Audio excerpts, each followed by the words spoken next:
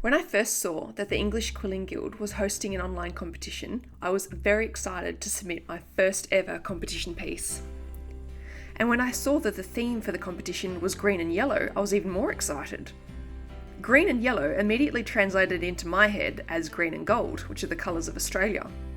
So I knew I wanted to have this as an Australian-inspired design. The rules of the competition were simple. The design had to be 15 by 15 centimetres. You could only use shades of yellow and greens. And you had to submit it before the 1st of April 2021. So here's my submission, which I called the Southern Cross. So I'll tell you about the techniques I used and explain the symbolism behind them, and then I'll show you the competition winners at the end. First technique I used was the weaved background.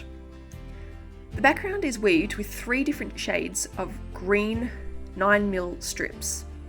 This can represent either Australia's somewhat checkered past or the weaving together of cultures and backgrounds of Australians today.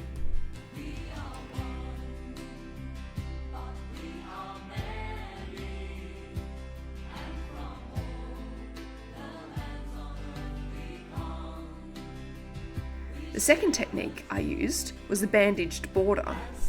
The top and bottom border is medium dark green 9mm strips, bandaged with 3mm yellow strips. And this can represent the binding together of Australians.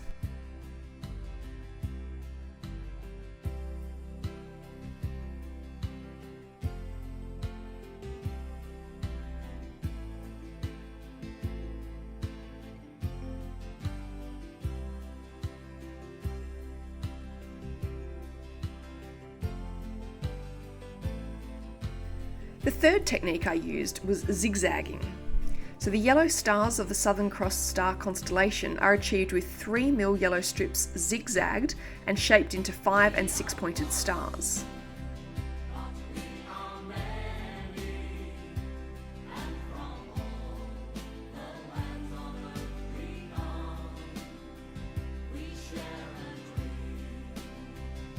Fun fact, the Southern Cross constellation can only be seen from the Southern Hemisphere, and it was used by sailors as guides when navigating the seas.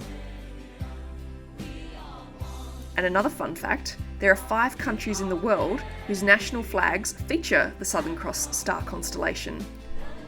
And they are New Zealand, Australia, Brazil, Samoa, and Papua New Guinea. The fourth technique I used was the closed loosed coil. The yellow 7-pointed Commonwealth star is made with closed loosed coils shaped into a diamond. Each point on the star represents the states and territories of Australia: Western Australia, South Australia, the Northern Territory, Queensland, New South Wales, Victoria, and Tasmania. The 7-pointed star appears on Australia's national flag and represents the federation of the colonies to form a new country, Australia. It does not, however, include the Australian Capital Territory or Australia's overseas territories. The fifth technique I used for this design was open coils.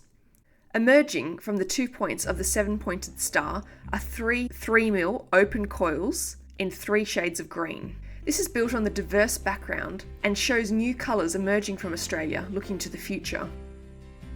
Finally, the 4 large open swirls are on edge and in 3 shades of green 3mm strips. They represent the evolving and changing shape of Australia. They are changing and rising up out of the background and the past and forging a new identity.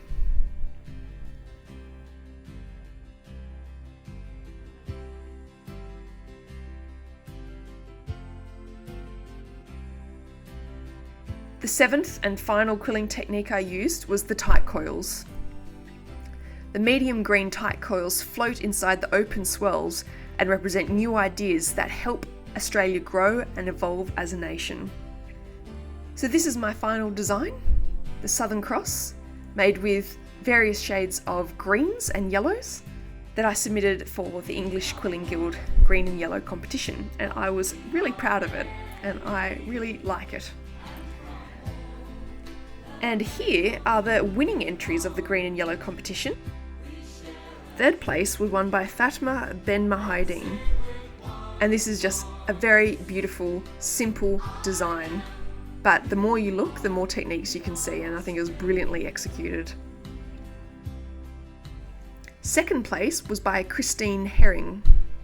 Again, you can see all the different techniques and shapes, all using the green and yellow colours. So there was 2 first place winners. First place winner was Karen Hunziker with this fantastic design of lollies and hard candy. I think it is so creative. There's so many techniques and just ingenious how she's come up with this idea. I think it's so cool. The other first place winner was Lorna Callow. And I think this was a really clever interpretation because the rules of the competition were that it had to be 15 by 15 centimetres, and I took that to mean flat. But Lorna actually took this to be a 15 by 15 square centimetre box.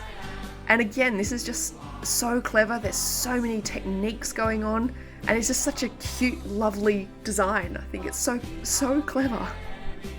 So thank you to the Quilling Guild for hosting this competition.